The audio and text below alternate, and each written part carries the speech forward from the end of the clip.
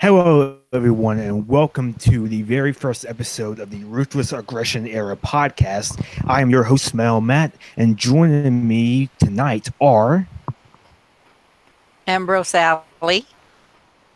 And I'm Mox. Huzzah! It works. It works. I am not hearing an echo. Holy shit!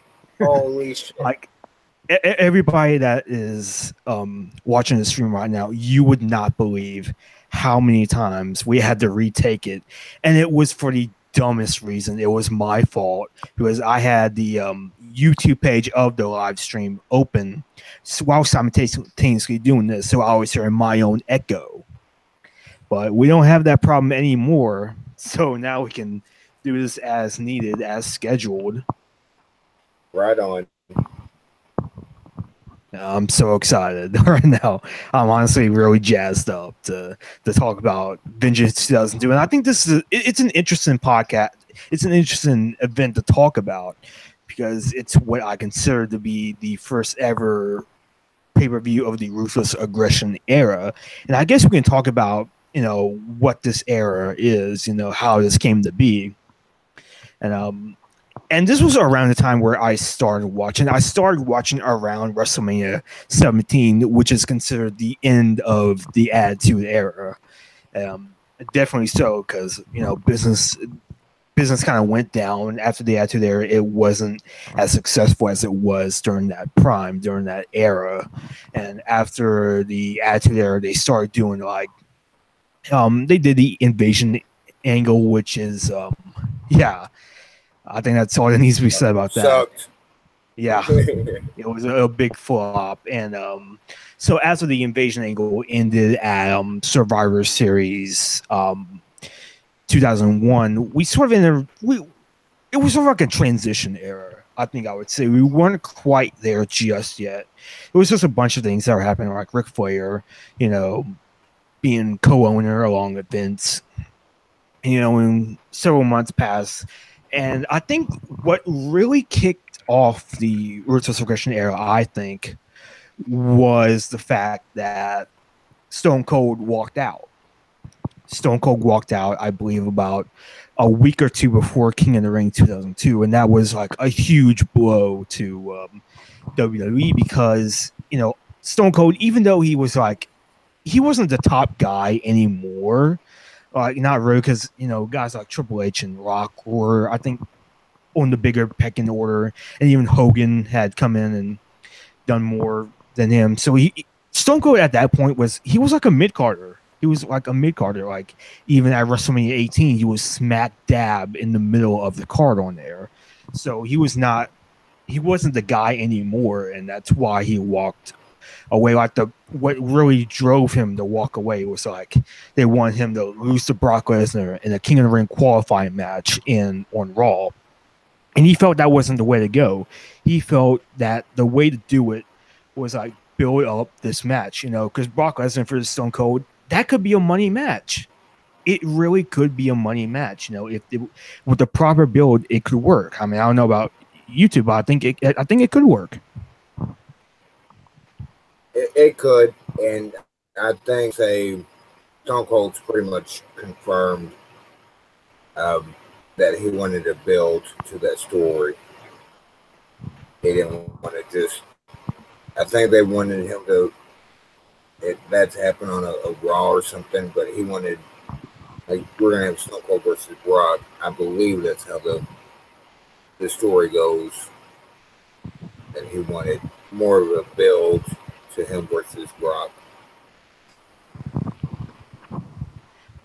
Yeah, and that's pretty much what happened. So Stone Cold ends up walking out, and King of the Ring, it was supposed to be Eddie Guerrero and Stone Cold, which would have been a really cool match. And they were starting to build towards it. Like there was an angle where Eddie and Stone Cold were in a bar, and Eddie attacked Stone Cold with a beer bottle.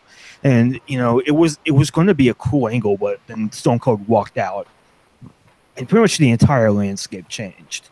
And the very first night of what I consider the Ruthless Aggression Era was the night after King of the Ring 2002.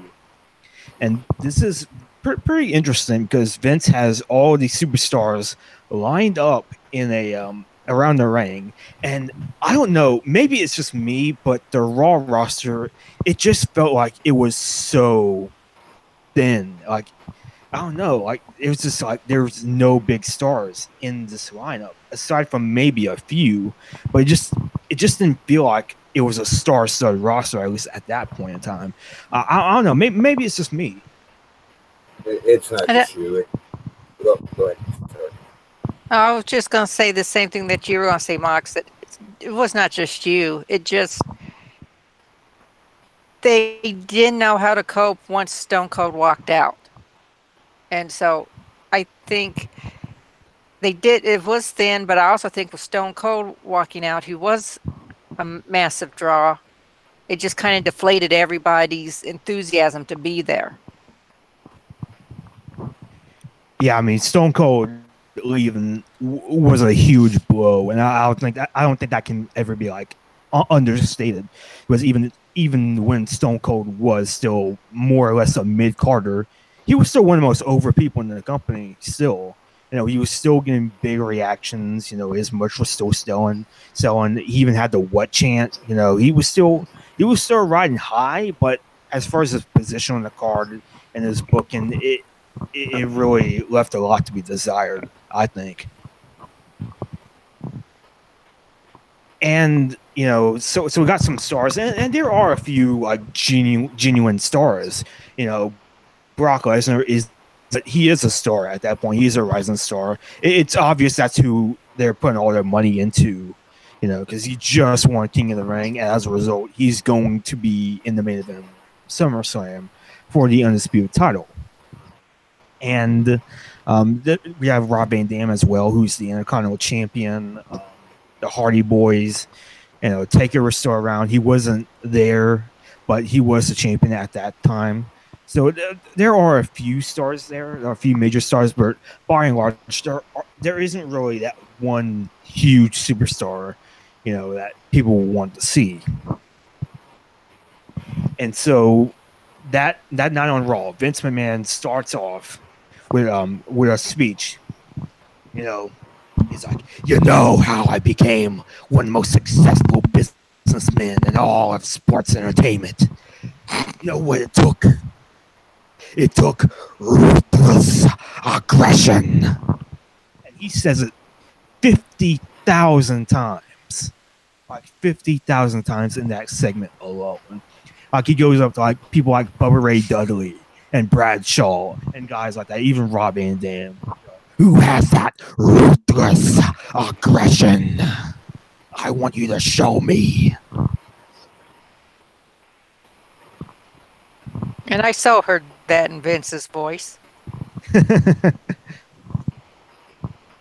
I mean, what did you two think of that speech? Did you think it was really the beginning of a new era, or is this like, same old, same old? Because to me, I thought it was the beginning of a new era. With everybody on the roster, and Vince, won this like initiative out of everybody. It felt like people were starting a new era in WWE.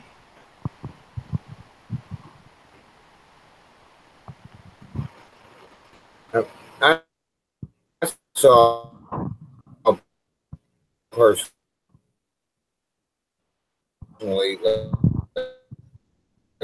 the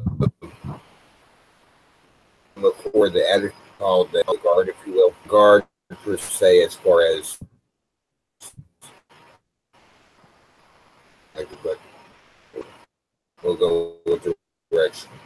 We're going to do this. But let's be just like with the how the while we care about, that we have attitude. That's what we call it, the attitude era. Vince gets a lot of flack, but so not so bad, if that makes sense. Like he realized that there was a changing. I honestly don't think it he thought Cena that answer, but he knew that was a foot.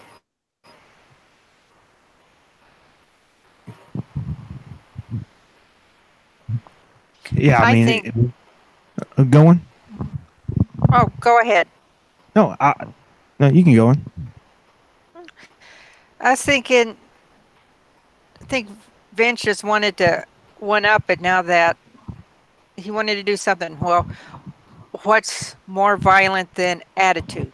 Oh, ruthless aggression. So now that we've lost Stone Cold, we can start we can do ruthless aggression, and I will beat it into everybody's head. That's what we're doing now, and that's what it sounded like to me. He just was, after a while, after about the 15th million time, he was beating a dead horse with ruthless aggression. Yeah, that's definitely what it was. That ruthless aggression. He's just hammering into you, and I think that's kind of how you know that they're going into this new direction. But a lot of things have happened in the past couple of months that have it make it feel like more so a new era than ever before, because not only have they changed the name, because they had to change the name from WWF to WWE due to wildlife fund controversy, lawsuit, and all that stuff. But they also did a brand split. You know, it's like Vince says, "Well, pal, WCW and ECW are out of business. I have no competition. I'll go ahead and create my own." So it was like Raw and SmackDown were split into two distinct brands and almost like a competition within, which is both weird, but it was also kind of interesting at the same time. You know, because SmackDown, it's always been the B show. Like, it's always been the B show. Like, even when SmackDown, you know, was having their high, you know, last year or so, when the second brand split started, it was still the B show compared to Raw. And I think it's always going to be the B show because Raw is the flagship show. And SmackDown, you know, it was a show where things happened. You know, it happened, but at the same time, it was like it wasn't necessarily required viewing, I guess you could say, because a lot of the big moments really happened on Raw, but there were a few interesting moments happening on SmackDown as well. So I don't think SmackDown in the early days can ever be understated, really, because it was still an important show. It was. It served its purpose, and the early years, SmackDown was always like you said, the B show, but at the same time, it was take delayed. And 2002, there was the internet, and you could read things that had happened. And this goes back to Monday Night Raw when it was every other Monday that it was live. But I think Vince had a plan, and it worked for what he was trying to do.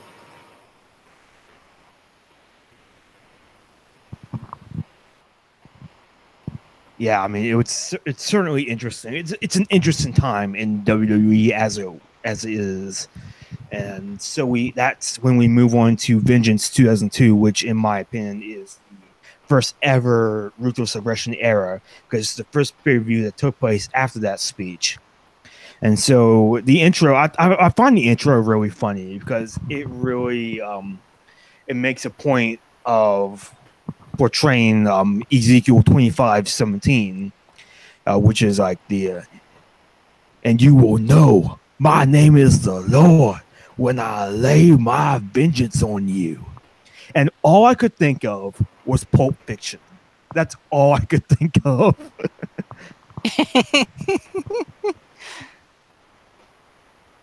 And it has Undertaker, Rock, and Angle like delivering the lines. And all I could think of is if those three were in Pulp Fiction. That would be something. That would really be something. Oh, Lord. Well, now my mind, who would play who? I don't know. Now, like, I think Rock would play Jules, the Samuel Jackson role. I think he would be perfect as that because he's always the smack talking, kind of guy. So I think he could make that work really well.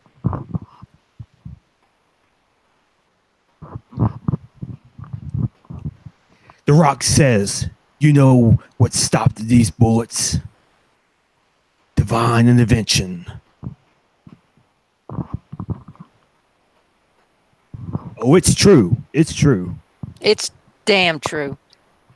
You know what stopped these rock bottoms. You know what stopped these last rides and these tombstones. You know what stopped these people's elbows and rock bottoms. Divine intervention. And I just found that intro so funny because all I could think of was Pulp Fiction. And once I thought of it, I cannot get it out of my head. So the intro is Royale with cheese. Use the metric system over there. So anyway, the intro is done, and we move on to the very first match on the show. And we gotta talk about the commentary first because the way that they handled commentary on this show it's a bit interesting. It's a bit different from what they would do in the future. For the first half of the show, it was Michael Cole and Taz who commentated SmackDown at the time on the first half of the show, and JR and King from Raw would do the second half. And I don't know about you two, but I am not a fan of Michael Cole and Taz. Like I don't know, like just something about them it didn't quite click for me. I don't know about you two. They didn't have the chemistry. They were lacking chemistry. Taz is one of those where like you didn't like him, and then you listen to him again, like, okay, this is why I didn't like him. Commentary. Loved his wrestling, but good gracious, he could. I don't know how to describe it, but Cole, and this was younger Cole. This was 16 years ago, Cole, and Cole's trying, and Taz just. I guess Taz is trying, but so hard to listen to Taz on commentary. Yeah, I mean, I can kind of see why they did it, honestly. Like, I really can, because, Taz was kind of one of his last legs as a wrestler. I think at this point, he was more or less retired. And so you kind of need to have him do so. Yeah, you kind of have to have him do something, in the company. And I can see why they kind of did it. I mean, I don't know if Taz was ever really known for his promos. I mean, I guess he was, but I think when people remember Taz, it's more so for him being the human suplex machine and stuff like that, and choking guys out in fast time. I think anybody really noticed too. Anybody noticed really like the promo style of Taz. Right. Taz was never the best talker. But he did, in his defense, every once in a while, give some classic lines of where he just gave an honest reaction like the holy shit, that kind of. But as far as like trying to get through a show with Taz, that's heartbreaking. Oh yeah, I think Taz has moments for sure. He had some moments, but I think when it comes to him and Michael Cole, like Ambrose Alley said, they just didn't have that chemistry, or at least the chemistry that JR and King had. And I think at the time you needed that kind of chemistry that they had. The face, or at least the neutral commentator, who put over guys, and the heel commentator who would say like just ridiculous things. And Cole and Taz they just didn't have that. And at the time, you needed that. You just needed that kind of chemistry. And Cole and Taz just didn't have it. They didn't bounce off one each other.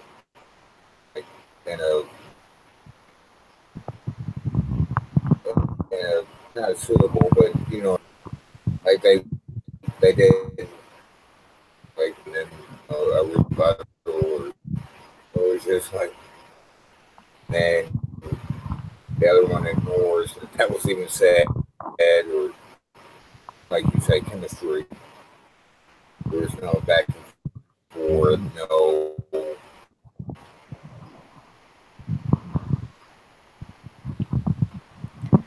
Yeah, I mean, yeah, I just did not like them as a commentary team at all. But be that as it may,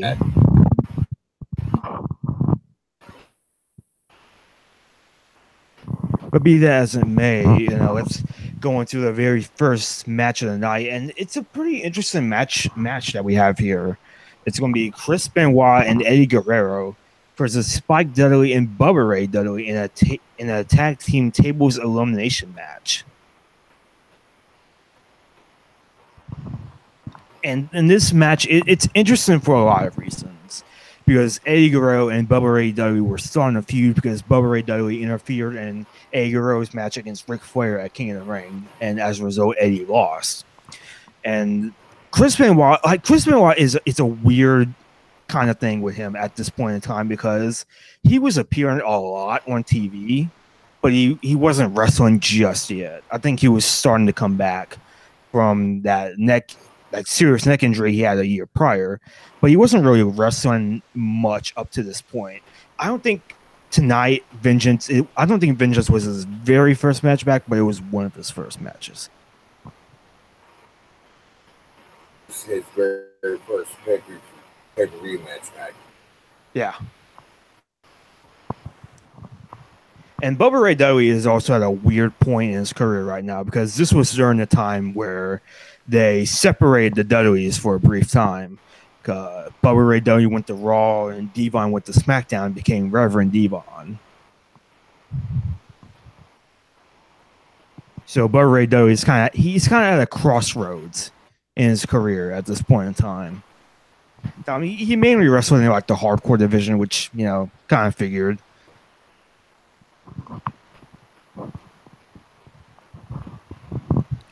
So this match starts off, and one thing that I found weird, I don't know about you two, but one thing I found weird is that even though this was a tables elimination match, it was a normal tag match.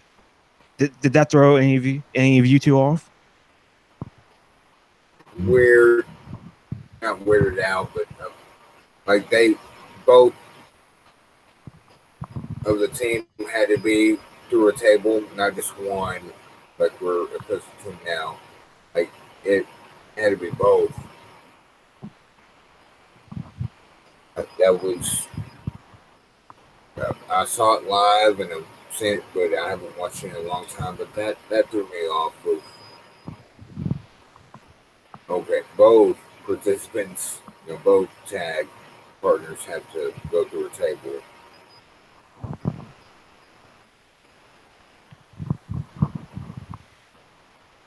Yeah, I didn't really mind the elimination part so much. It was like the normal tagging in and out is what kind of weirded me out. It's like, why would you even do that?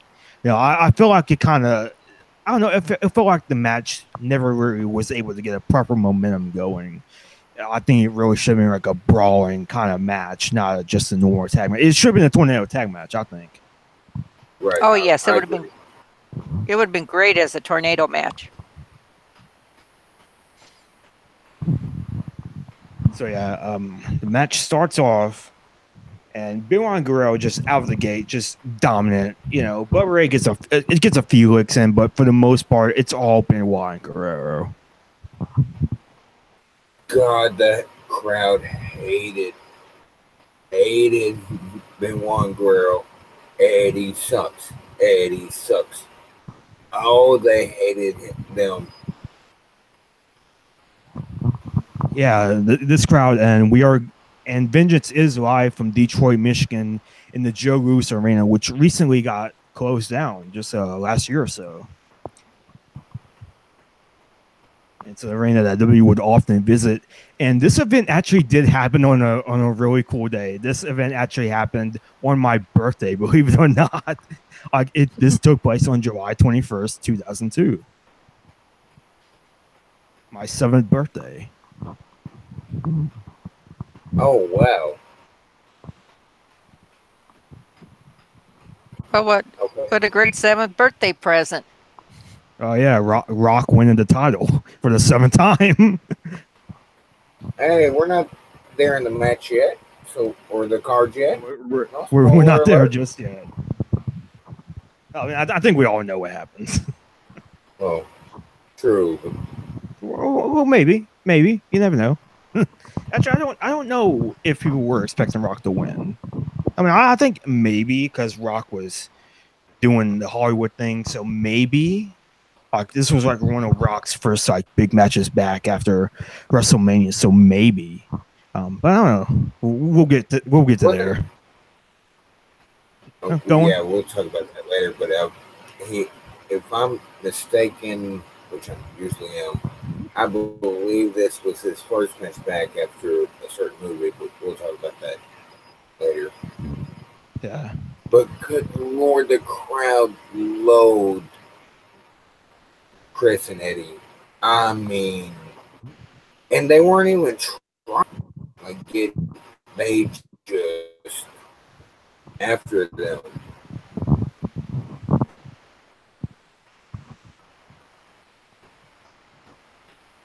Yeah. And we also see an Eddie. No, go on.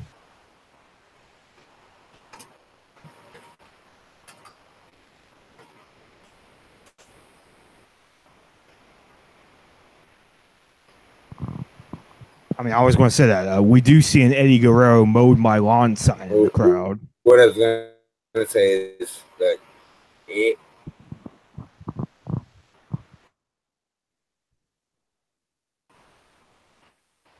Picture. What did your sign say? We see a sign in the crowd that says Eddie Guerrero mowed my lawn, which is like, I don't even want to get into that. Just casual racism right there. I wasn't going to bring it up as not just there. I saw like that wouldn't pass in today's. Oh, it absolutely wouldn't.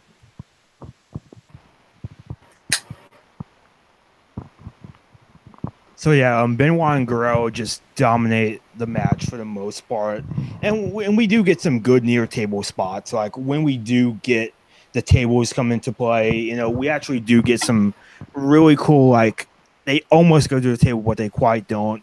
Like Benoit and Guerrero do a double superplex on Bubba Ray, and Spike at the very last minute pulls the table out. I think Bubba Ray saved Spike from getting thrown to a table in the corner. You know, just some good, really like close, that kind of spots. You know, close calls.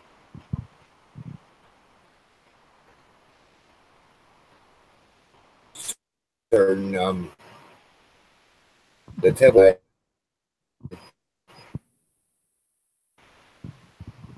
Because even the announcers kind of get them through the table. Like I'm guess so, but there's a little doubt of like I think Ben wants to go to the initial table by the table.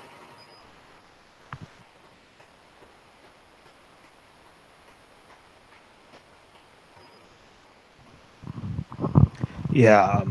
So there's some good spots there, and we do get the first elimination of the match when Spike does a Dudley Dog on Eddie, like on the ring apron through the table. But the elimination was so weird because Spike took most of the impact. Like I don't even think Eddie goes through it at all.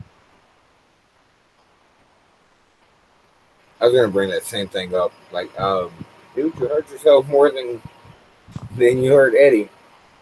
Like he takes that full on, and this happens another time later in Vengeance.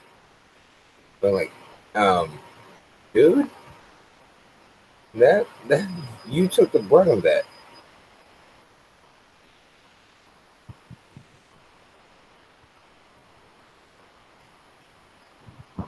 Yeah, so it was like it's such a weird elimination too. Like it's so weird because he really doesn't take. He takes most of the impact. Like by all accounts, Spike should have been the one that was eliminated, but you know, Yeah, but go on. no, I thought they made a mistake of how the commentators made a mistake of how no, he's not eliminated. He's eliminated. He's the one that went to the table first.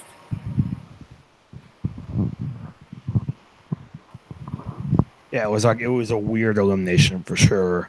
But I don't think it really matters that much anyway because Benoit throws Spike through the table outside right afterwards. Yeah, which was a really cool spot. And it's the kind of spot that you kind of expect Spike WWE to take, because Spike would take all kinds of bumps like that in ECW and even in WWE a little bit.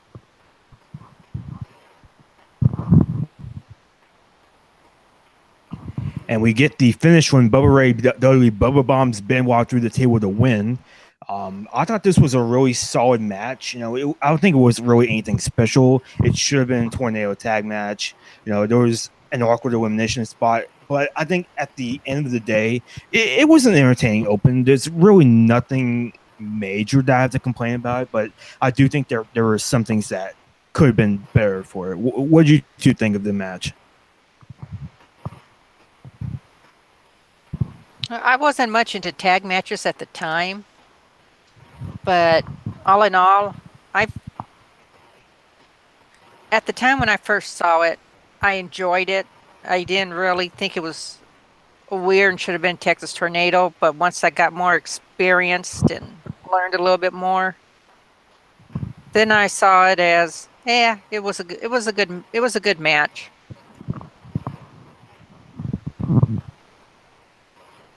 I came out with feeling like served the purpose. It is what it was. There's blurred lines, but I enjoyed it. I think the ending could have been different, but it's entertaining.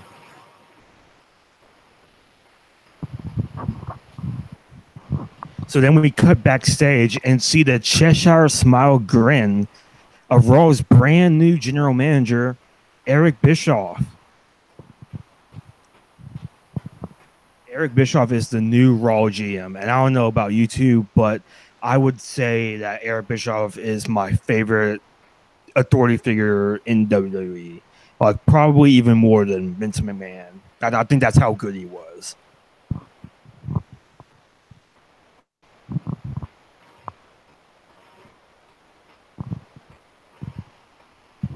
No, I liked Eric. He was enjoyable. I mean, he was like Vince, he'd job out and everything like Vince would, but he just made it more entertaining.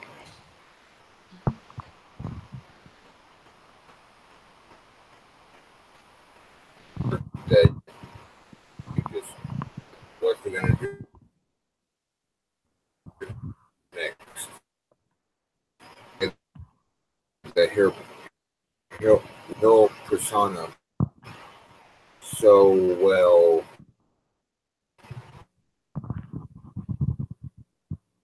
Like this.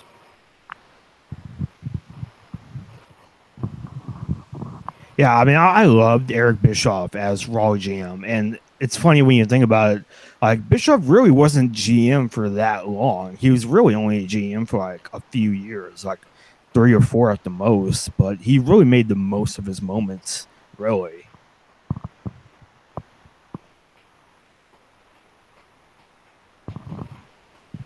I mean, I always think of it like Stone Cold or Rock. Like they probably didn't really have a lot of time at the top, but they really made the most of what they were given.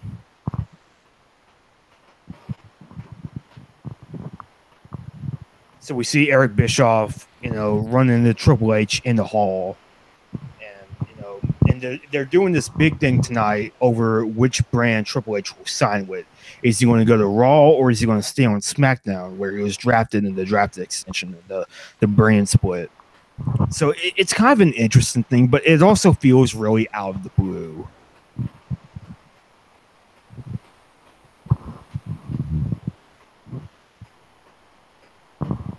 So our next match is Billy Kidman versus Jamie Noble for the Cruiserweight title. Jamie Noble, boy! You got that boy?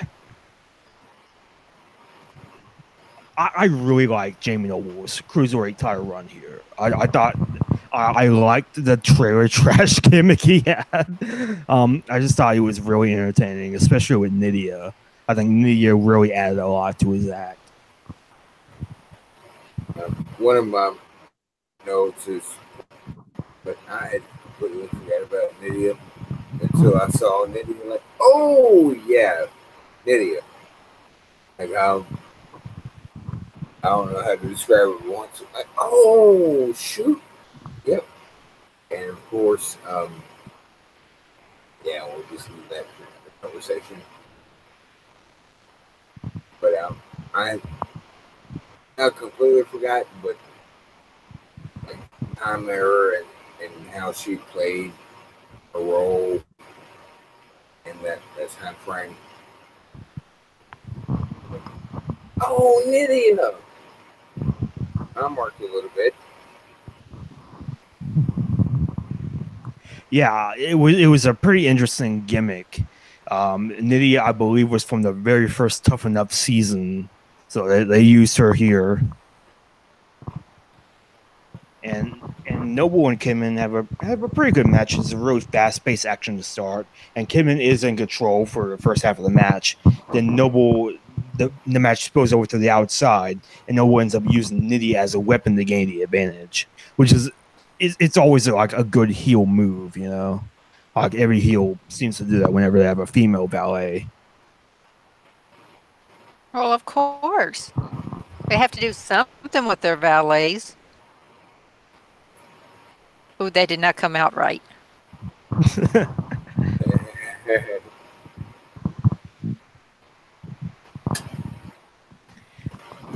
So Kidman's arm gets like driven right through the ground, and Noble continues to work over Kidman's arm in the ring, which I really like. It's really good.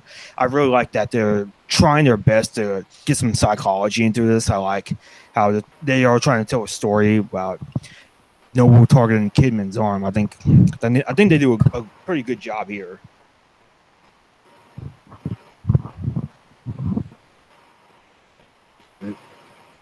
Noble and Kidman both do so well in a match, and B with selling what the story is supposed to be. Kidman's one of my, Billy Kidman. Like he's always been so crisp, and yeah, he's had some things, but Kidman's always been. But the match itself was fantastic. Fantastic. I mean, overselling, but it served its purpose. Yeah, I mean, and speaking of cruiserweights, Michael Cole on commentary mentions Rey Mysterio will debut on SmackDown later that Thursday. Yes. So we get a very first Rey Mysterio sighting on the podcast. We don't see him at Vengeance, but we will be seeing him at SummerSlam, which we'll be talking about next week. Didn't quite grasp that little bit. Michael bringing it up. Rey Mysterio's going to be here? Like, no, they're. But his debut is going to be a SmackDown. Grasp that, but for the news. Yeah, like they would end up showing like vignettes of like all of Ray's like WCW stuff, and it's stuff that they were using as Titantron video, you know, or Ray is coming, he's coming, and they would show him on Raw or SmackDown. But I think it was obvious that he was going to SmackDown because the Cruiserweight title's there. It would have been weird to see him on Raw. I mean, I guess he could have, but I think SmackDown would end up being a better fit for him in the long run.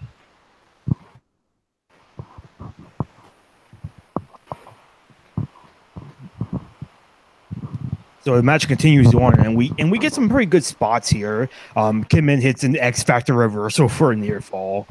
Kidman goes for the shooting star press, and Noble tries to stop it, but we get an even better reversal out of that. The Burger King bomb by Billy Kidman, the BK bomb for a near fall.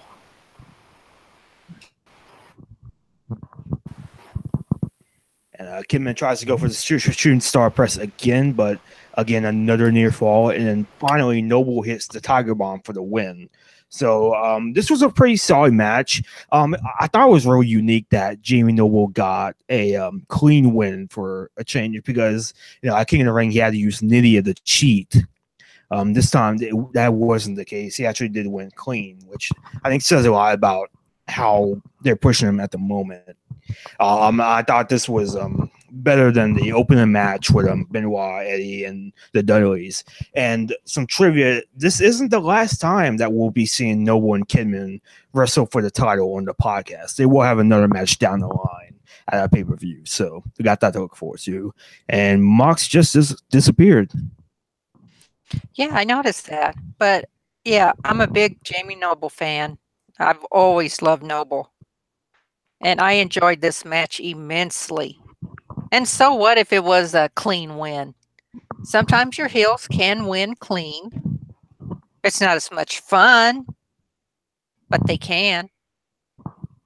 Oh yeah, I'm certainly not bashing like the clean win or anything like that.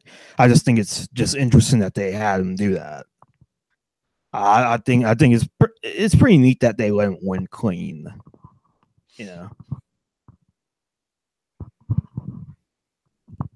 So we get a backstage interview, and I totally forgot about this interview. Mark Lloyd, who remembers Mark Lloyd?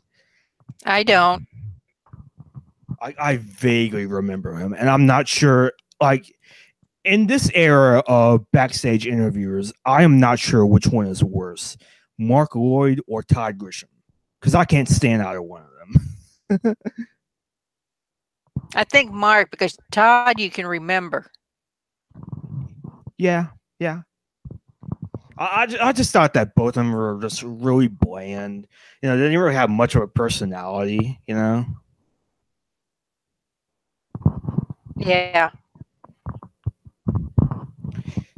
So Mark Lloyd interviews Kurt Angle, and Kurt Angle criticizes Lloyd's use of "if," and it says that if Detroit made better cars, the country's economy wouldn't be in the toilet. Some great heel heat. Some great cheap heat by Kurt Angle. It's true. Oh, it's damn true. I've never been to Detroit, so I wouldn't know. I only flew into Detroit once. Well, I flew into Detroit and I flew out of Detroit. Does that count? Yeah.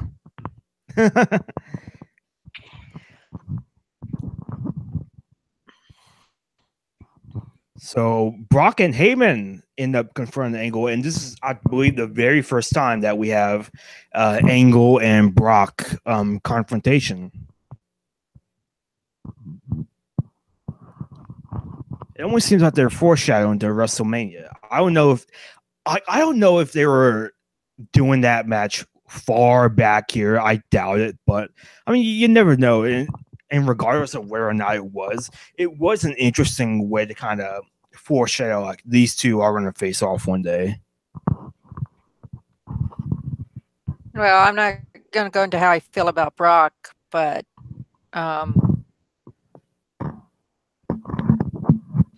you knew it. Those two would have to face off. It was just no ifs, ands, or buts about it. Yeah, it was inevitable, because both of them were, former NCAA champions who were amateur wrestlers. And I think like a few weeks earlier, they actually had Heyman say, because Kurt Angle did that open challenge to because Kurt Angle did that open challenge to John Cena on SmackDown, and the Raw after that, Heyman says that Brock was inspired by Kurt Angle to do an open challenge of his own. And I think Heyman even goes so far as to say that Brock Lesnar can beat Kurt Angle. So it does feel like they're kind of planting the seeds for that matchup at one point or another.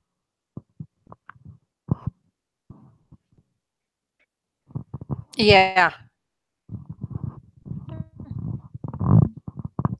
So Brock and Heyman. Oh, go on. Oh, no, go ahead. Oh, I was just going to say that. Brock and Heyman go and confront Angle, and Angle says that it isn't the summer Brock, it's all year Angle.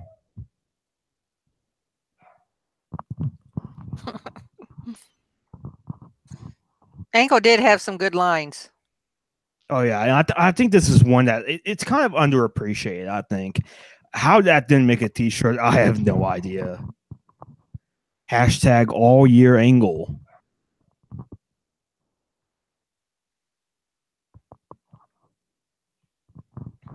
So Brock ends up leaving, and then after it, Kurt Angle says that he hates pompous people, which is certainly the pot calling the kettle black. Right. Because he was one of the most pompous people you could ever run across, his character. Oh, yeah, and I think that's what made him so entertaining. Like, this is sort of like, I feel like this is kind of like the last flash of, like, pompous Kurt Angle or, like, nerdy Kurt Angle in a way. Because to me, it always felt like after he got his head shaved by Edge, it felt like he became more of a serious competitor. And that's not to say that he had, like, that he was completely serious, but it did feel like he kind of toned down the more comedic aspects of his character and became a much more serious competitor. Right.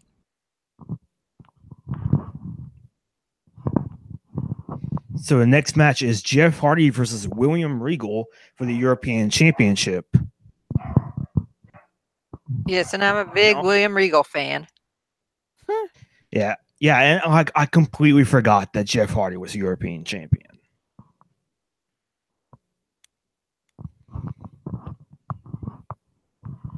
And so the story into this match is that, Jeff Hardy, he's actually been on quite a roll, the past couple of weeks, because Jeff Hardy had that ladder match with Undertaker, I believe, on the July 1st episode of Raw.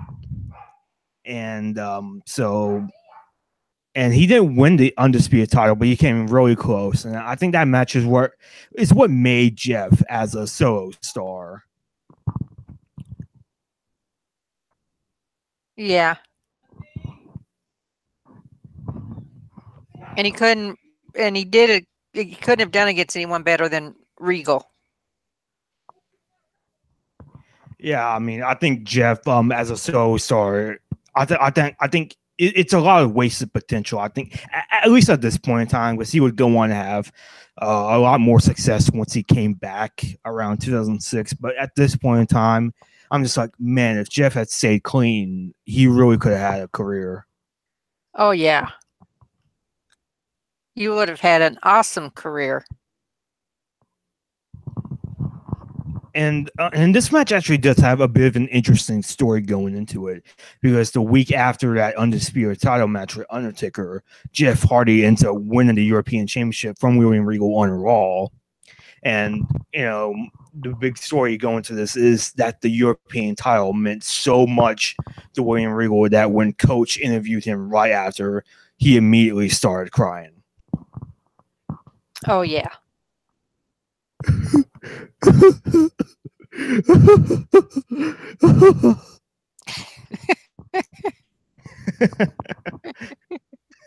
You just had to get that in there. Yeah, I had to. So that's basically like the big story going into this match. It does seem like they are trying to give the European title a bit more of a push, trying to give it a bit more of a highlight here. because they're putting on Jeff Hardy, who is on a roll here, who has that the new shine from Taker, and you also have William Regal crying over losing it. So it does seem like they're trying to make it sort of a big deal again as a mid-card title. Right. Mm-hmm. So the match starts in Regal. Go on. Oh, I was going to say his lordship sure knows how to cry and make it believable. Yeah, I'm trying to remember if there were times more than this where he cried. I'm trying to remember.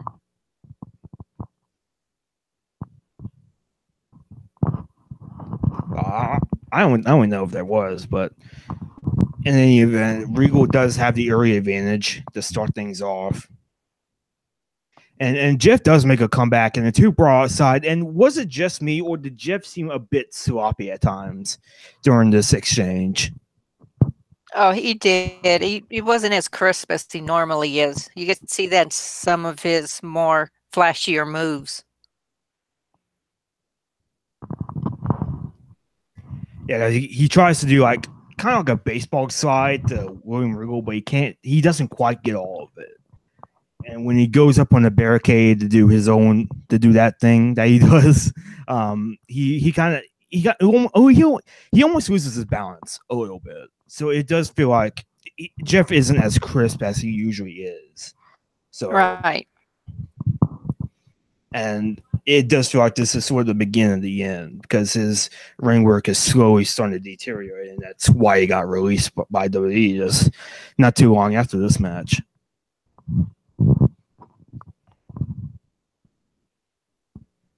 So Regal blocks the Swanton Bomb, and he actually does make his own comeback for a bit, but Jeff ends up rolling up Regal for the win. And I'll be honest, I thought this was kind of the weakest match on the card so far. This wasn't awful. This wasn't a completely terrible match. But I don't know. I just feel like, considering who was in the match, it should have been better than it was. Yeah. Jeff wasn't on the drugs and everything, it probably would have been the match that everyone wanted. Oh, yeah, totally. Because these two can work. Oh, yeah. So we go backstage where Hogan and Flair congratulate Jeff. And it does feel like, again, much like Taker, this is them trying to make Jeff a huge star. Because not only did you have Taker show him some respect after the ladder match, but you also have guys like Hogan and Flair congratulate him and giving their endorsement as well. Right. So Hogan and Flair talk for a bit, and Hogan calls Ric Flair Rickles.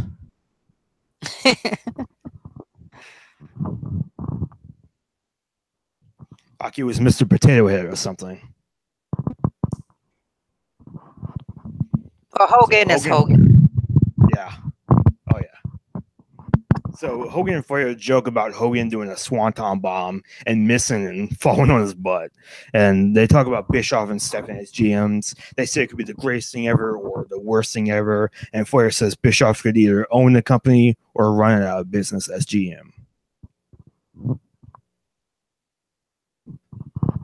So it does feel like there's some kind of animosity there as Bischoff, which could very well be, based on real feelings, maybe. It's possible.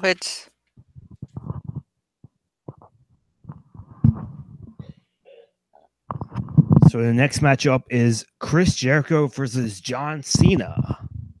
And John Cena making his pay-per-view debut here. Yay, Jericho. Like, it was so weird hearing Michael Cole and Taz call John Cena a rookie. Like, it was so weird to watch that. In hindsight, knowing everything that Cena has done since then. Yep, he became the one they made the money for WWE. And, Cena debuted, Kurt Angle issued the challenge on SmackDown. John Cena came out, and Angle asked him, what quality do you have that makes you think you can beat me? And John Cena says, ruthless aggression. Slaps Angle in the face.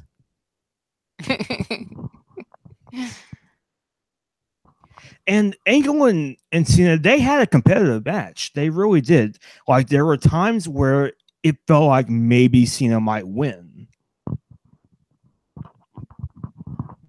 And Cena ended up losing the match. But the way he lost the match was really interesting because Cena ended up losing via a roll-up. Like, so it almost came across like a fluke win on Angle's part. And so after the match, you have guys like Farouk. I think Billy Kidman might have been there as well. And then you have Undertaker, who says, "What's your name, kid?" John Cena. Did a good job out there. And like that moment was like that was a big deal because not only was Undertaker, champion, like the world champion at that time, he was still a heel. So it was a big deal. Right.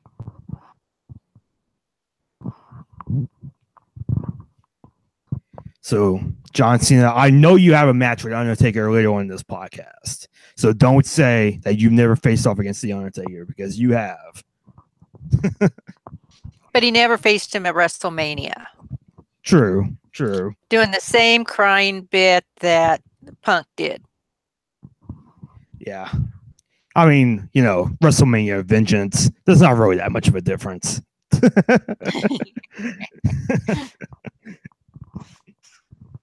But yeah, so this match, Jericho goes to hit Cena with a chair on the ramp. Cena ends up taking it from him and hits him with the chair instead. Cena is showing some of that ruthless aggression that Vince McMahon was talking about. And the match officially begins, and Cena goes to work on Jericho. But Jericho gains the advantage after a stun gun on John Cena. Now knock out Y2J. And one thing that kind of horrified me in this match, Jericho hits a skull-crushing finale on Cena. Come on, Jericho. Really? Really? I mean, I'll give Jericho this. He did it way better than Miz ever could. That's back when Jericho was crisp. Oh, yeah. Jericho was really good here. I do feel like he's lost a step now, but I mean, and that's not to say that he's awful now. Like, he can definitely put him some good matches now, but he's not as crisp as he once was. But then again, he is a lot older now, so maybe. And he probably hurts a little bit more. Yeah, because I do know that he had to do like DDP yoga to recover from a back injury, so that might be why as well. Yeah. So Cena hits a superplex on Jericho for a near fall, and then Cena hits a Bailey to belly for a near fall. Jericho misses with the lion salt. And one thing that I am noticing about this match is that they really, like much like the Angle match, they really do a good job of putting Cena over strong, even when he hasn't won the match yet. Because Jericho, it gets to the point where Jericho ends up having to use the ropes to pin Cena, and Cena still kicks out. Super Cena is alive and well in 2002. Super Cena is just starting to evolve. Yeah, and Cena has the most generic look ever. Like, he has like the generic Titantron, the generic rock music, the generic like half tights. Everything about him is just vanilla at this point. Well, at least he didn't have the funky haircut like The Rock did when The Rock started. I mean, he has pretty close. He does have it pretty close.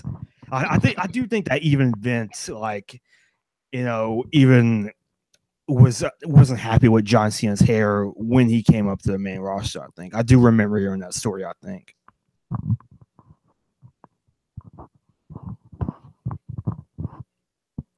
So Cena ends up reversing the walls of Jericho and rolls up Jericho for the win. And I thought this was a pretty solid match. And, just from one of Cena's first matches on the main roster, you can tell that they wanted Cena to be a big star. And I think what's even more telling than that is that Jericho putting over Cena, which was a really big deal because at the time, Jericho, and this is just a few months away. This is just a few months after Jericho was the very first undisputed champion. So at this point in time, it is a super big deal for Jericho to be putting over Cena. Oh, yeah. That's one thing you could always say about Jericho. When he puts someone over, he makes them look good. Yeah, Jericho's always been really selfless like that. So Bischoff and Coach are still waiting outside Stephanie's office, and Stephanie's attorney ends up coming up, and Bischoff talks with him for a bit, and Bischoff nearly goes into Stephanie's office. So they're starting to kind of build up this whole Triple H thing, and it does seem like Triple H may be signing with SmackDown, but I guess we're just going to have to wait and see what the future holds. We know what the future holds. He's getting it on with the boss's daughter. Yeah, and there is an interesting wrinkle to this that I actually did forget about, but we'll get to that when we get to it, when we get to the actual segment. And so, thank God Almighty, JR and King come out to call the second half of the show. And man, yes. I'm going. I was going to say, they are so great together. Yeah, I'm so excited that they're here to call the rest of the show. JR and King, I don't think I can say anything else that hasn't already been said about them, but just those two and just the chemistry that they have together is just amazing. It's almost the same chemistry as Heenan and Monsoon. Yeah. Almost. Yeah, almost. Heenan and Gorilla set the standard, but I think these two really took it to the next level, I think. By God. Yeah, these two are just so great together, and it's awesome to hear them calling the rest of their show. And so we see RVD backstage doing some RVD yoga, doing a little stretching. Eat your heart out, Diamond Dallas Page. So the next match is... Go on. DDP yoga, though, is much more helpful and beneficial than RVD yoga. Yeah, I think so. I think RVD does a little more recreational things in his yoga.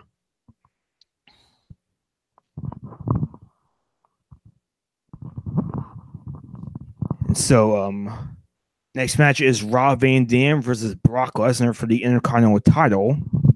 And this feud started at King of the Ring because the final match in the King of the Ring tournament was Rob Van Dam versus Brock Lesnar, and Brock ends up winning it to become King of the Ring 2002.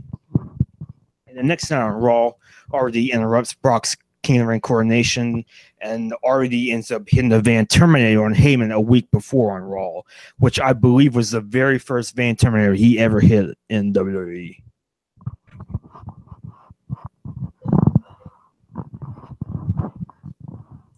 Because he hit Van Daminators a lot beforehand. Like he hit Stone Cold with one, but I think this is the very first time we ever saw the Van Terminator, which is basically the coast to coast, but RVD style. Right. So Brock overpowers RVD initially, but RVD uses the speed and agility to outwit Brock. And I do like the dynamic that they're doing here.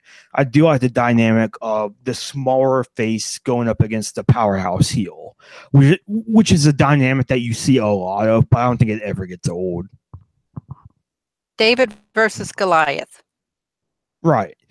And I think when it's done right, I think that's when it can get good, because sometimes it's not done right, but I think most of the time it is, and it's usually pretty good.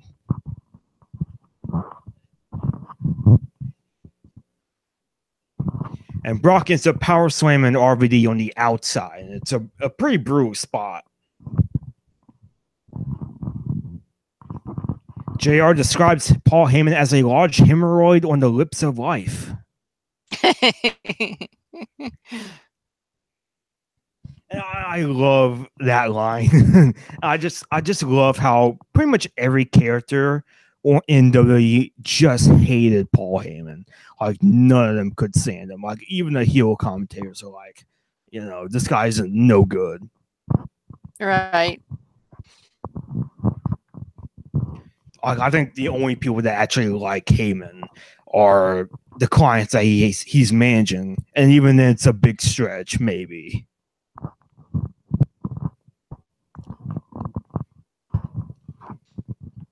And Heyman in general is just so hilarious in this match because he's leaning inside the ring with both of his hands on his face. It's almost like he's watching the Beatles or something, like he's admiring it. He does that a lot.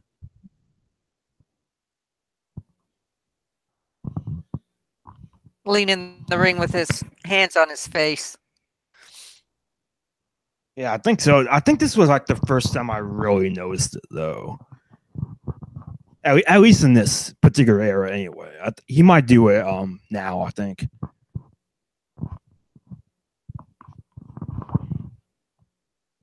So Brock dominates for a while. RVD makes his comeback. Heyman screams, "Don't lose! Don't lose!" And RVD ends up reversing an F5 into a tornado DDT. And even though Heyman screams, "Don't lose," when RVD hits the 5-star frog splash, Heyman pulls the referee out of the ring to DQ Lesnar.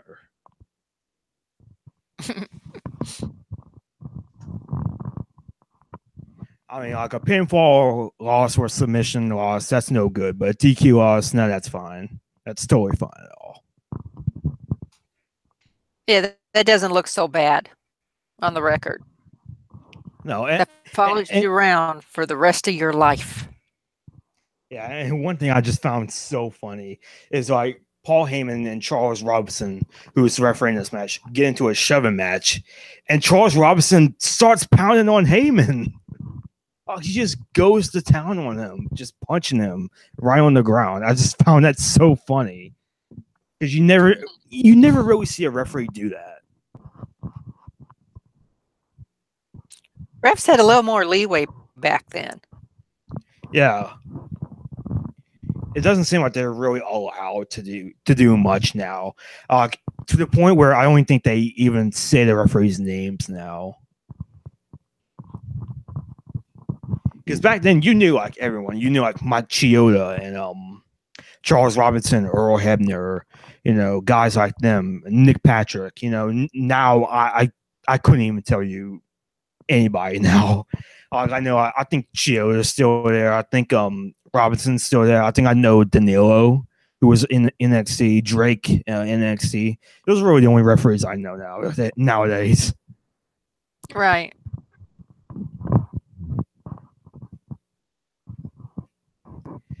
So RVD ends up trying to go for a Van Terminator on Brock. Heyman stops him, and Brock F5s RVD on a chair. Ouch. So, yeah. So as far as this match went, I actually really liked this match a lot. It was kind of a surprise to me because I am not a Brock Lesnar fan by any means. But I actually thought this was an entertaining match. I thought the David versus Goliath dynamic worked really well for them. I thought RVD did a great job at making Brock look like $1 million. And honestly, I think, the finish, usually I hate like DQ finishes at pay-per-views or on TV for that matter, especially when it's for a title. But in this case, I think it makes sense because Brock is going to SummerSlam, and it's pretty much a foregone conclusion that he's going to win the Undisputed title. So it wouldn't really make that much sense to put the IC title on him now. But at the same time, you don't want to have Lesnar get pinned or submitted before that moment. So I think this is one of the few times where, even though it is a dirty finish, it's a DQ finish, but I get why they did it, and I think it was the right call. Yeah, well, I agree I'm with you on not being a Brock Lesnar fan. And yes, RVD did make him look like $1 million, but that's also back when Brock seemed to care a little bit more. Yeah, I think his heart was maybe not 100% in it, but it was in it more than it is now. Yeah. Because I've always been on the belief that, and I'm not a Brock Lesnar fan, but I've always been of the belief is that Brock is he's sort of like Randy Orton in a sense where when he actually cares, he can put on a good match. And one thing I always point towards is his match against AJ Styles at Survivor Series just a few months ago. I thought that match was good. It did feel like Brock was invested. Right. But there's also matches like, Dean Ambrose. I had to pour the salt in the wound, AA, because I know Ambrose is your guy, but Brock really did not care in that match. No, he didn't. But you got to admit, Dean tried. Oh, yeah. Yeah, Dean was definitely putting some effort in. And that just goes to prove that it's a two-way street. You can't have just one person carrying it. You have to have both people.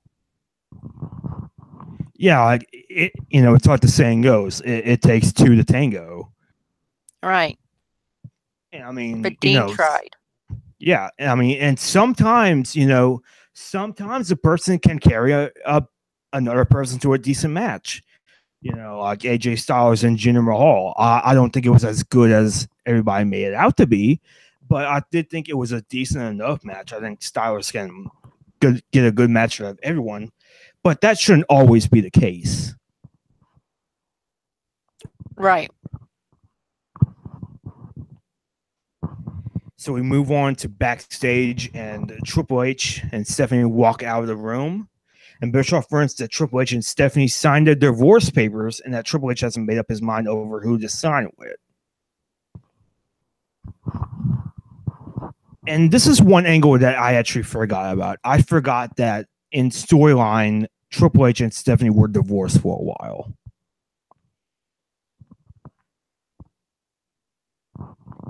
I forgot that too. Yeah, it's kind of weird to watch now that Triple H and Stephanie are pretty much back to normal. It doesn't feel like it even happened. I don't want to say that they didn't necessarily retconned it, but it doesn't feel like they point to that as much.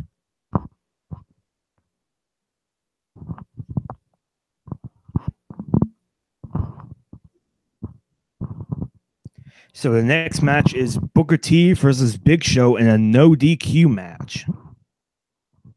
Okay, I found this match slow. You know what? I honestly agree with you. I really agree with you. Booker and Show were former members of the NWO, and Big Show assaulted Booker after their match on Raw the previous week. And you know what? The NWO, it's actually a really interesting story because it was like the week before this event, Vince basically broke up the NWO, which was it was kind of a weird way to do it. I mean, Vince never really had much of a choice because, X-Pac ended up leaving for TNA.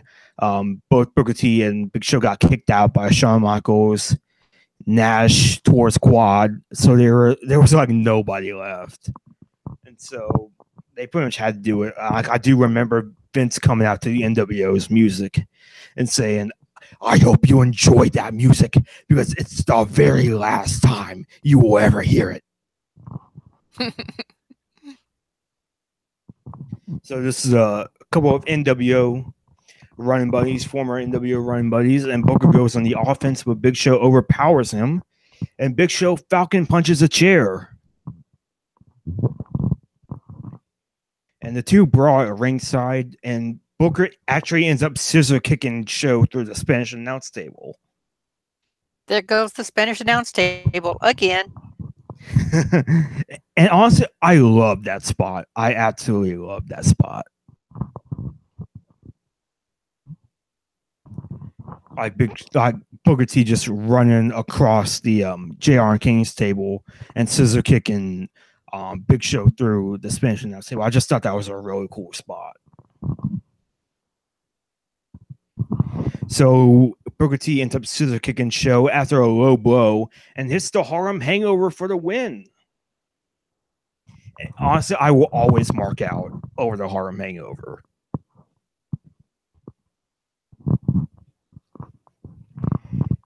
So this match, honestly, this is probably the worst match on the card, I think. It was a slow match for me. Yeah, like this was when Big Show was really slow. Like, and Big Show, honestly, Big Show, I don't think has ever really been a good worker. I don't think. I think he can have moments, but I think when it comes to like consistency, he does kind of lack it a little bit.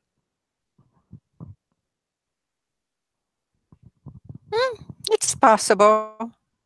I've never really been a big fan of Big Show, but Same here. so I really don't pay much attention to him. I mean, I think there are times where he does put on a good match, but it's so very rare. It's so very rare. Like, oh, that was a great Big Show match. I don't find myself really saying that a whole lot.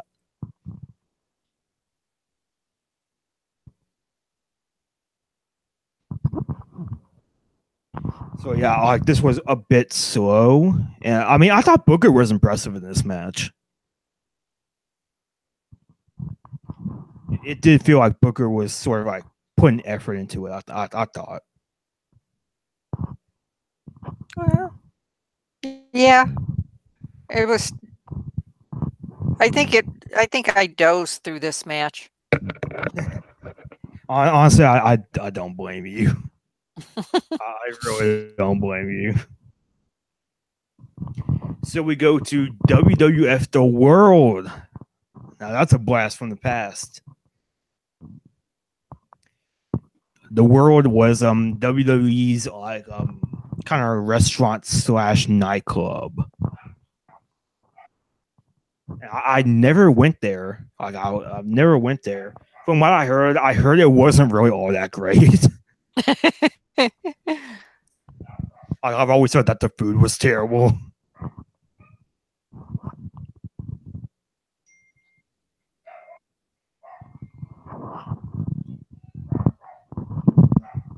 So Tori Wilson and Dawn Marie are at the World, and Tori chooses Rock to win. Dawn Marie chooses Taker, and the two argue over who should have won the Golden Thong Award at the Divas Undressed special.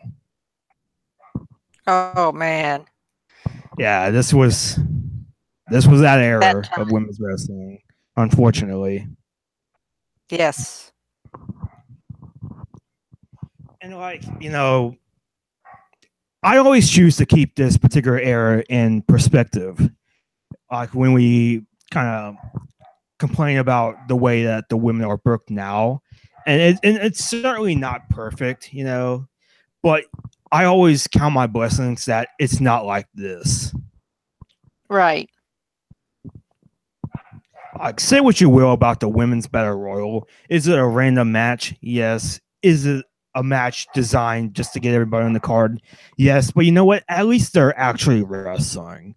And at least they're putting effort into it. This was the era where there wasn't any effort put into it. They were just eye candy. Yeah, that's the best way to put it. And there were certainly some like capable workers during this time, like Trish and Lita and Jazz and Victoria and Molly and women like that. But you know, they were more so eye candy than actual wrestling, which is a shame, you know. Because I think all of those workers I just mentioned, you know, you put them in this current era and they would be great.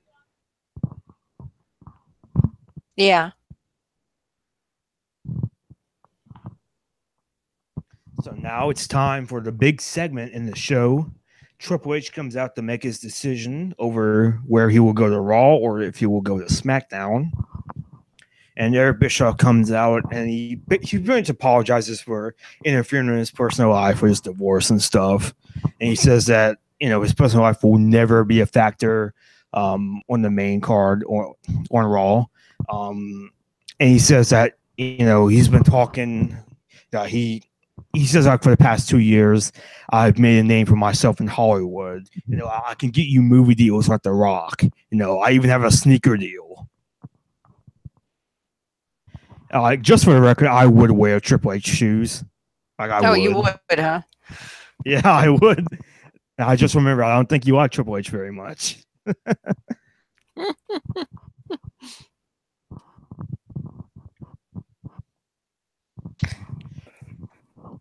So Stephanie McMahon comes out, and Stephanie McMahon is the new general manager of SmackDown.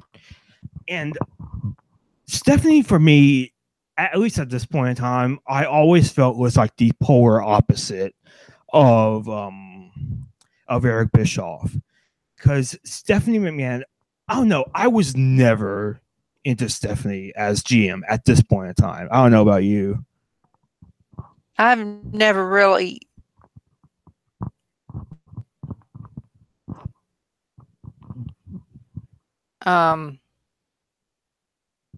been big with Stephanie and actually being in an authoritative role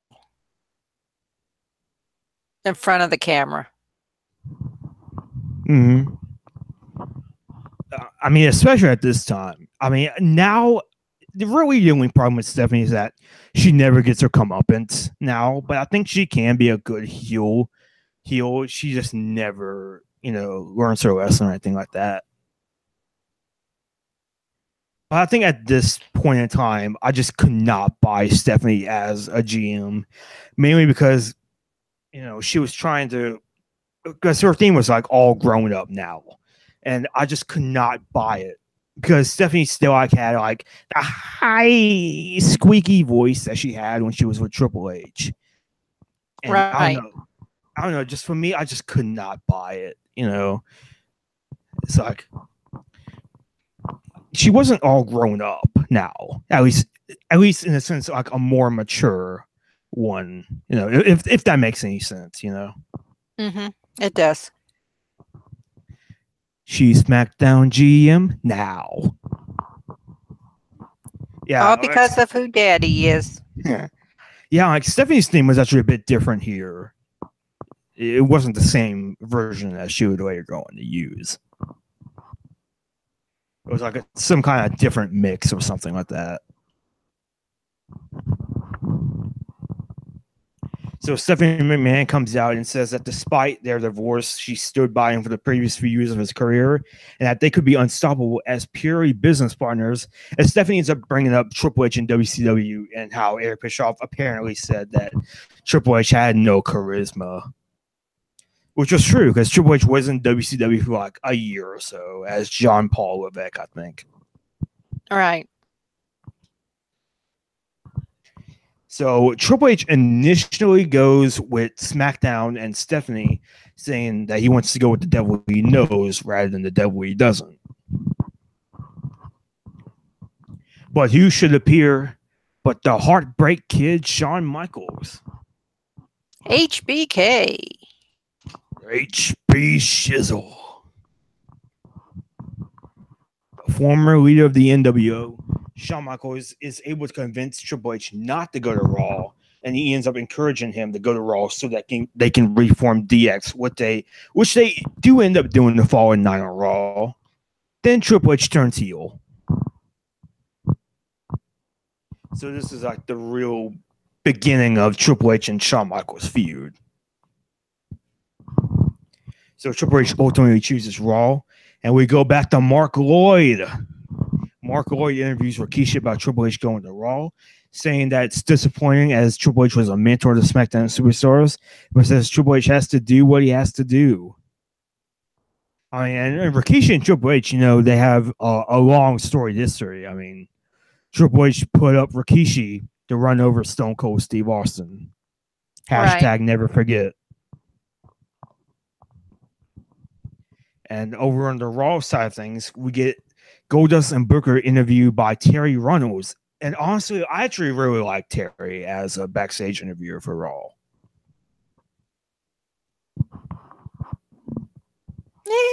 He was okay. Yeah. I mean, compared to Mark Lloyd, she's Mean Gene. Well, yeah. And you can remember Terry. Yeah. So Goldust and Booker are interviewed. Booker says that if Triple H tries anything like Shawn Michaels, he'll get beat because Shawn Michaels literally kicked Booker T out of the NWO. So Booker has always been a bit suspicious of HBK since then. And Goldust with possibly the line of the night that Triple H may be the game, but he and Booker have the bigger joysticks. And I heard that in Goldust's voice too. Yeah. I mean, I can't really do impressions very well, but I try to say what Goldust would say. That was a really good line by Goldust. And Goldust and Booker T at this time was honestly great. I mean, I'll get more into them, when we do the SummerSlam episode because they are in a match together. But I just thought that Booker T and Goldust had like just great chemistry. Yeah. They were just so funny together. It was a typical like odd couple kind of team, but it really worked, I thought. They played off of each other really well. Oh yeah, and they tried to do it with Goldust again. Like I think they tried to do it with R-Truth, and it wasn't bad, but it just wasn't the same. R-Truth was too accepting. Yeah. And I think the whole joke was that it took Booker like forever to accept Goldust as a friend because it was going all the way back to May of 2002 around this time where Goldust would try he would like meet Booker T at the 7-Eleven. Like he would meet Booker T and his date in bed. Like it was just he was doing everything he possibly could to be friends with Booker T, and Booker T for the longest time just wasn't going to have it.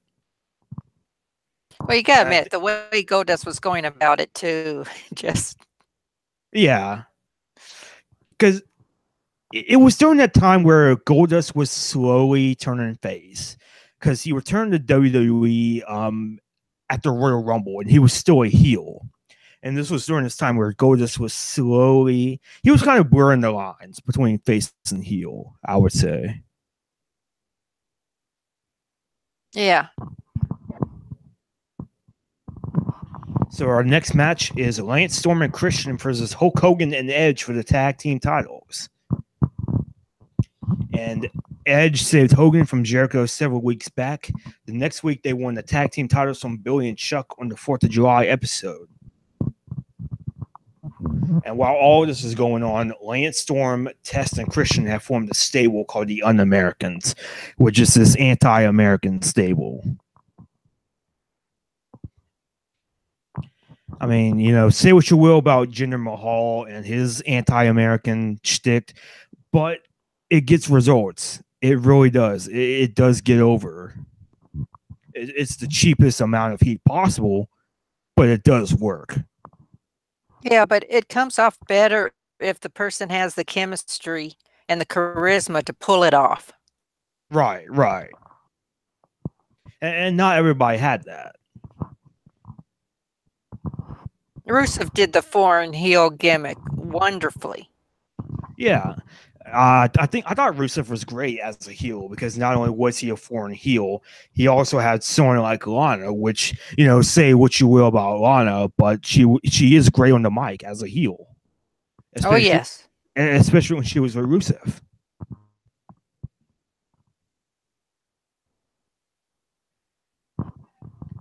So Lance Storm and Christian cut an anti-USA promo before the match. And they say like Hogan, it's just like America. He's like past his prime and living all past glory.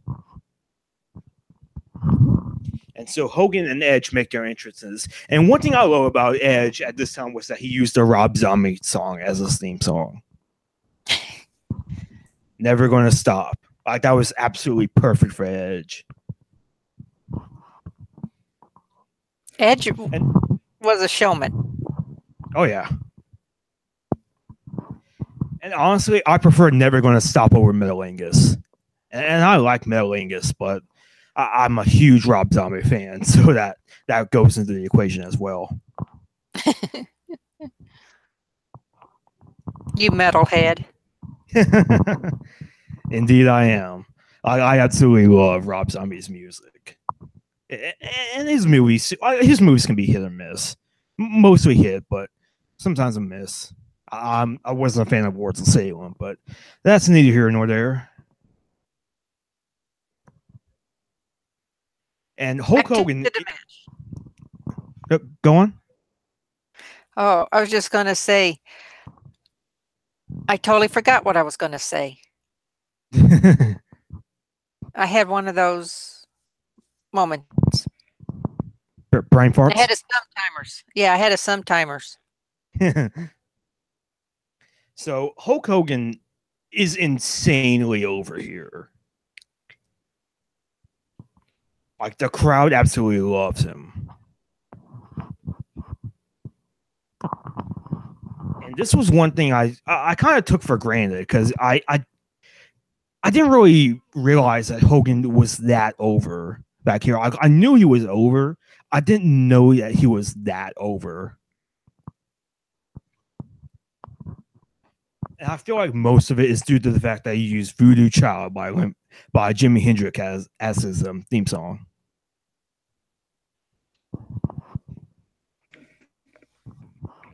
Well, you can't go wrong with Jimi Hendrix. Absolutely not. I mean, Edge and Hulk Hogan are using Rob Zombie and Jimi Hendrix respectively as their theme songs. No wonder these two are tag team champions. These are the tag team champions we deserve.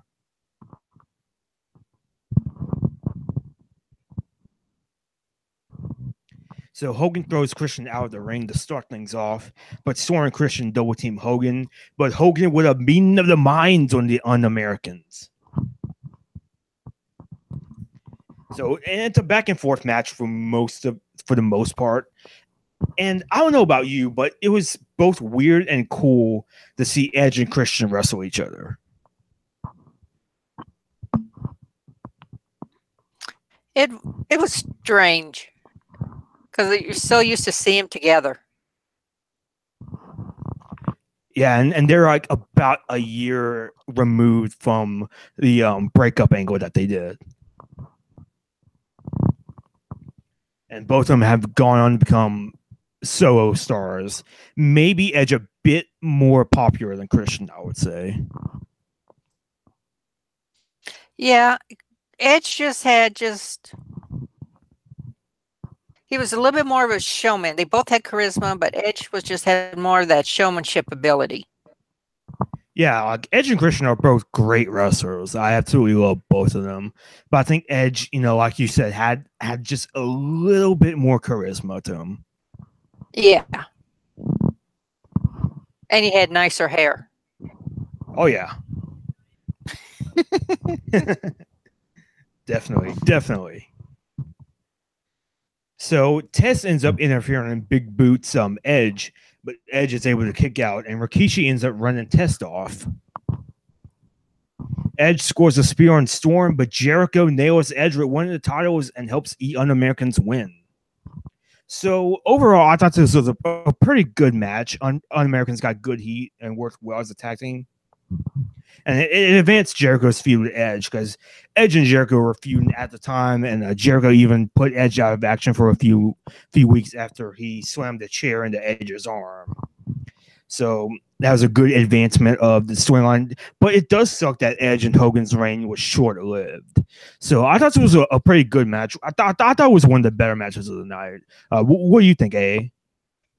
I know it was a match that kept my attention, mainly because I'm a big Edge head. Same here.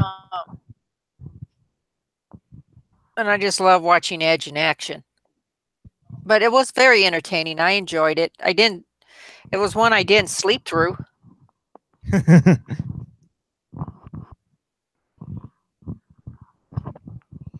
That's how I rate tag matches, if I sleep through them or not. Yeah. I would be inclined to agree, honestly, because I'm not the biggest fan of tag matches.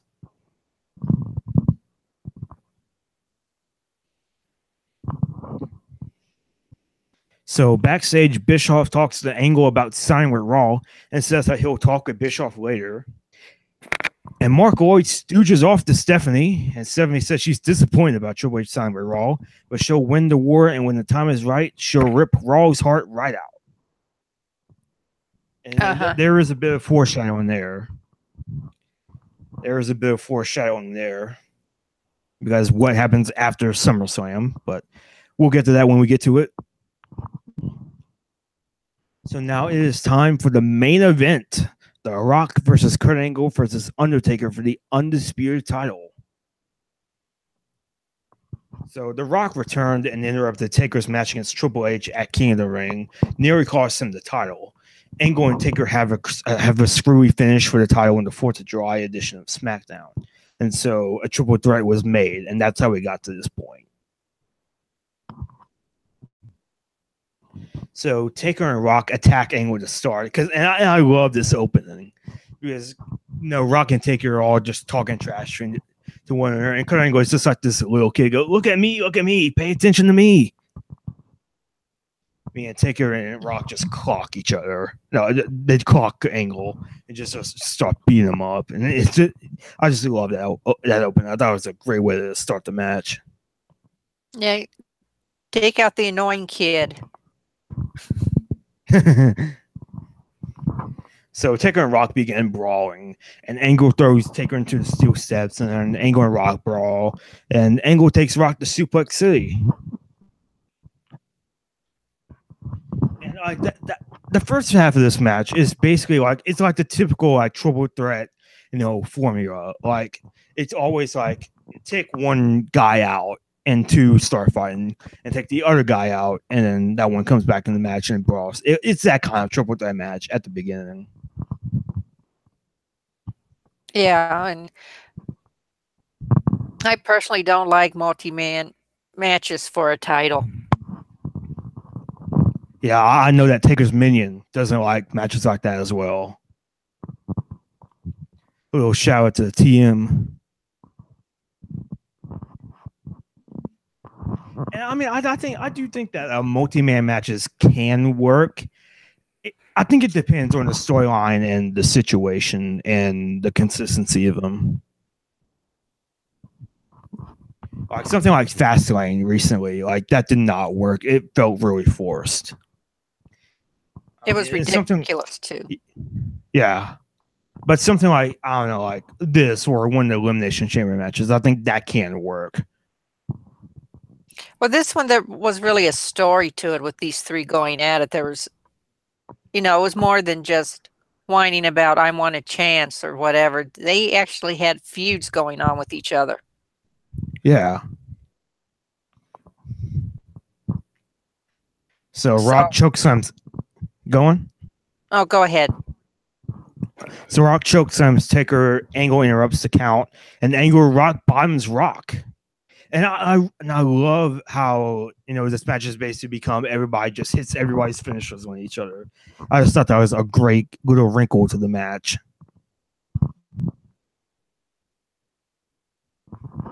And JR calls Angle the American Bald Eagle. Yeah, that was a nickname that JR was trying to give Kurt Angle and never quite caught on. It was like his version of Booger Red. Because JR would always come up with nicknames for guys, and sometimes they would get over, sometimes they wouldn't. I think at Judgment Day 2002 when Kurt Angle did get his head shaved, trying to think, JR, oh look, it's the rare Olympic bald eagle, almost extinct.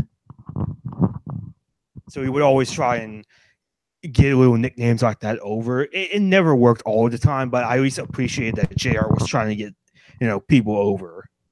Yeah, and he was really good at that when he called the matches.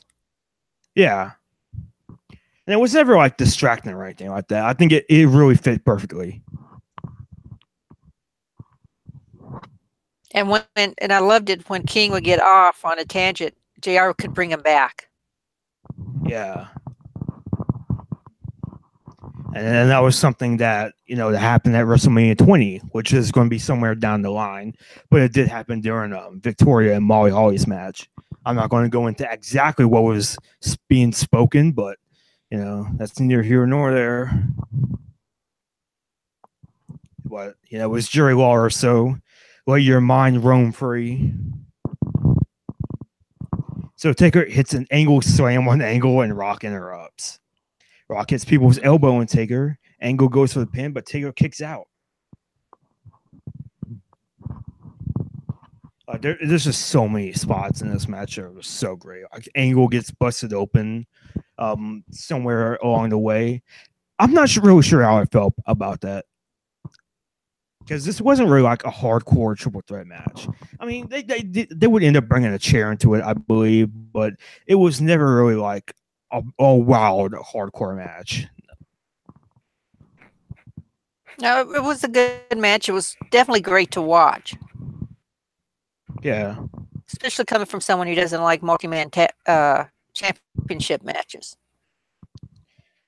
Yeah, so Rock locks the sharpshooter on an Angle, and the last ride on Rock, and Angle locks in the ankle lock. I think that might have been an Angle. I think I wrote the wrong name. So Angle ends up reversing the last ride into the Hell's Gate, I think. Like, that's what it looks like. It does look like Angle goes for the Hell's Gate. Which I don't think Taker was using at this point in time.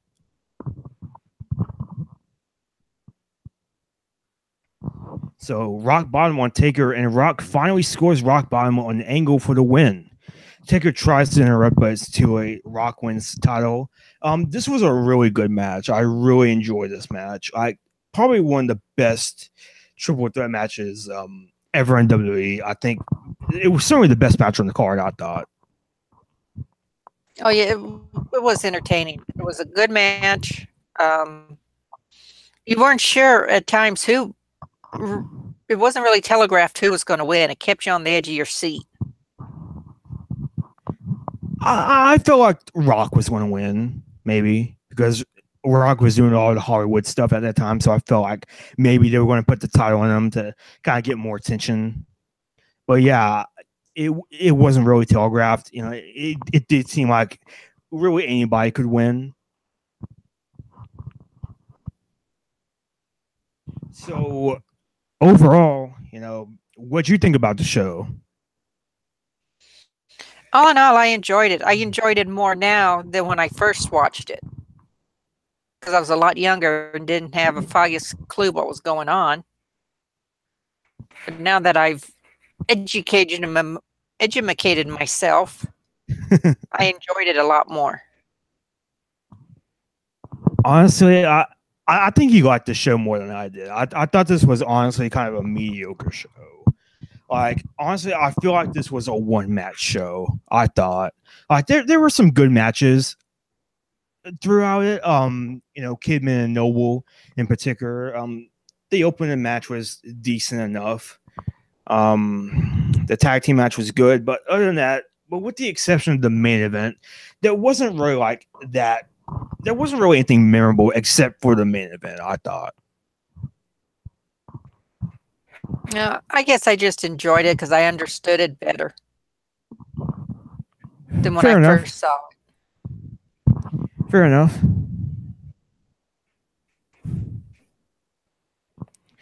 So next week, and this is going to be kind of like Fizzy's Wacky World of Wrestling, because I'm planning on having a revolving door of guests for each show. I don't know who's going to be the guest next week.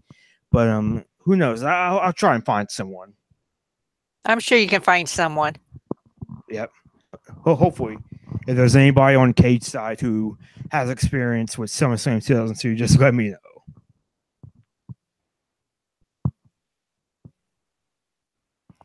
And so I guess this is it. I think we're done here. It's your show. I think we'll be done here. I'll go ahead and plug a few shows. Just so just kind of giving me inspiration to do this own show. Shooting the Breeze with TM and MDS, Takers Mania, and Mr. Dr. Senju. You can catch it Saturday mornings at 10 a.m.